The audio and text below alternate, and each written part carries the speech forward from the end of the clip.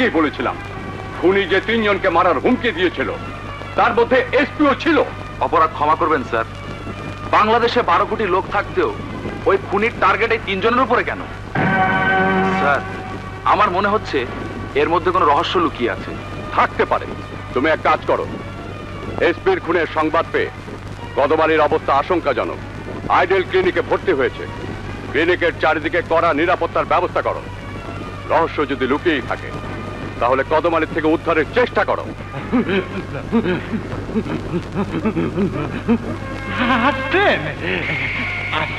Sir, আপনি আমার ধর্মের পাপ লাগেন। আমার কাছে অনেক টাকা আছে, আমার একটা প্লেন কিনে দেন, আমি 7 আসমানের উপরে চলে যাব। এই দেশে আরে থাকবো না গো, থাকবো না, থাকবো না, থাকবো না। কখন জানি মাইরা পালাই। আল্লাহ আল্লাহ। থামুন। আচ্ছা, খুনিকে আপনি চেনেন? ছোটবেলায় চিনতাম। ছোটবেলায় চিনতেন? তাহলে বলুন, তার বাবা মা ভাই বোনের ঠিকানা কি? এক বস্তিতে থাকতো, ওই বস্তি এখন 24 তলা বিল্ডিং হয়ে গেছে। কোথায় থাকে আমি নিজেও জানি না। আপনারা যদি খুনির রহস্য এভাবে লুকিয়ে রাখেন তাহলে তো খুনিকে ধরা আমাদের পক্ষে সম্ভব নয়। যেইভাবেই পারেন আপনি খুনিরে ধরেন, নাইলে আমি এমনিতেই মইরা যাব। আল্লাহ। আপনি শুয়ে পড়ুন।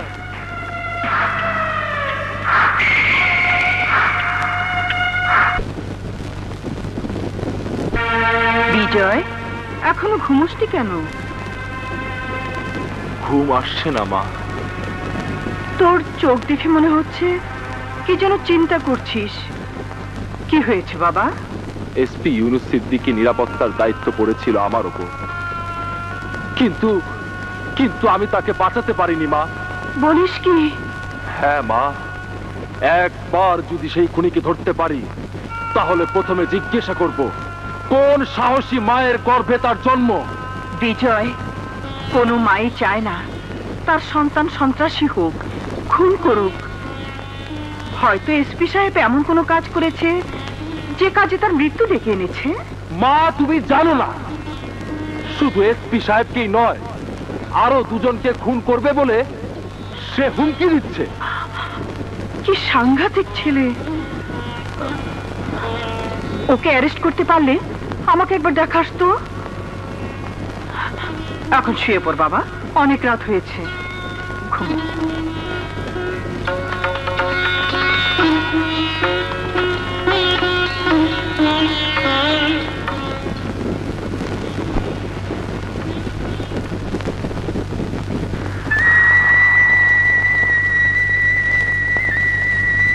সবই আমার কপাল। দেখছিস না বিজয় মাংস ছাড়া ভাত খাচ্ছে না। ভাই, আমি মাংস দিয়ে ভাত খাবো।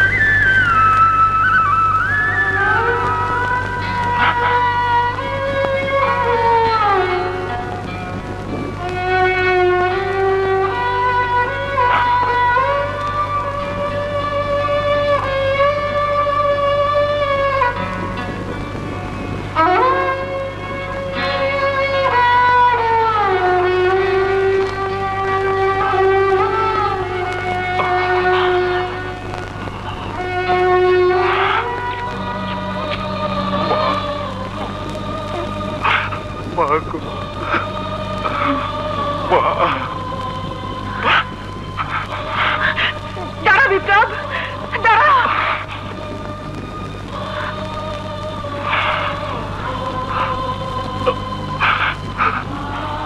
বৃষ্টি বছর পর তুমি কেমন করে বুঝলে মা আমি তোমার বিপ্লব? ওরে পাগল, এ যে রক্তের টান, যে রক্ত তোর শরীরে বইছে ও যে আমারই রক্ত। আমার সন্তানকে আমি চিনব না। কেঁদো না মা, কেঁদো না। যে সন্তানের জন্য এতগুলো বছর কেঁদে কেঁদে অপেক্ষা করেছি, সে তো আজ আমার চোখের সামনে।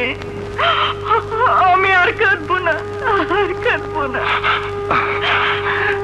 মা, মা তুমি একটু শান্ত হও। কেমন করে শান্ত হব? এতগুলো বছর তুই তোর মায়ের সাথে দেখা না করে কেমন করে থাকলি? একবারও কি তোর মাকে দেখতে মন চাইনি বিপ্লব? চাইনি? মা, মা, তোমার চোখের পানি আমাকে দুর্বল করো তা আমি চাই না। তুমি যদি এভাবে কাঁদো তাহলে আমি এক্ষুনি চলে যাব। চলে যাবি মানে? আমি তোকে যেতে দিলে তো আজ আমি তোকে নিজে হাতে খাওয়াবো। আয় আমার সাথে, আয়।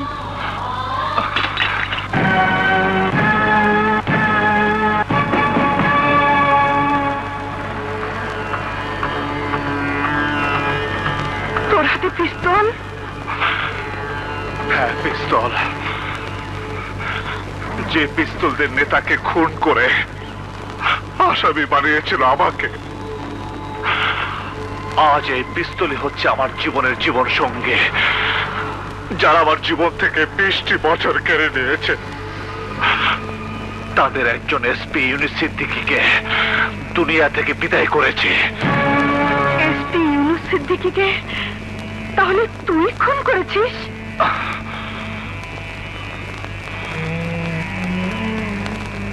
হ্যাঁ, আমি খুন করেছি। বাকি আছে আর দুজন। তুই আইনের কাছে আত্মসমর্পণ কর বিপ্লব। তোর ছোট ভাই বিজয় এখন পুলিশ অফিসার। তোর জন্য যা করার বিজয় করবি। বিজয়কে পুলিশ অফিসার বানিয়ে আমার জন্য এই বাড়ির দরজা চিরদিনের জন্য বন্ধ করে দিয়েছ। সুতরাং একজন পুলিশ আর একজন খুনি একই ছাদের নিচে বসবাস করতে পারে না। কিছুতেই পারে না মা, কিছুতেই পারে না। তারা বিপ্লব, বিপ্লব যাস নে। তোর মাকে ছেড়ে যাস নে বিপ্লব। তোর মাকে ছেড়ে যাস নে, যাস নে। মা, ভাইয়ার নাম ধরে ডাকছো? বিজয়, বিপ্লব এসেছে। ভাইয়া এসেছিল? কোথায় কোথায় ভাইয়া? চলে গেছে। চলে গেছে? এসেছিল আবার চলে গেল? আমার সাথে দেখা করলো না কেন মা? জানি না, জানি না।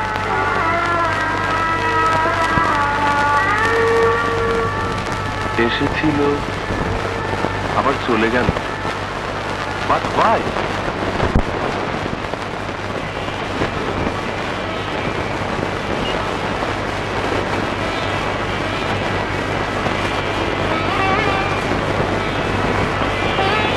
বসি।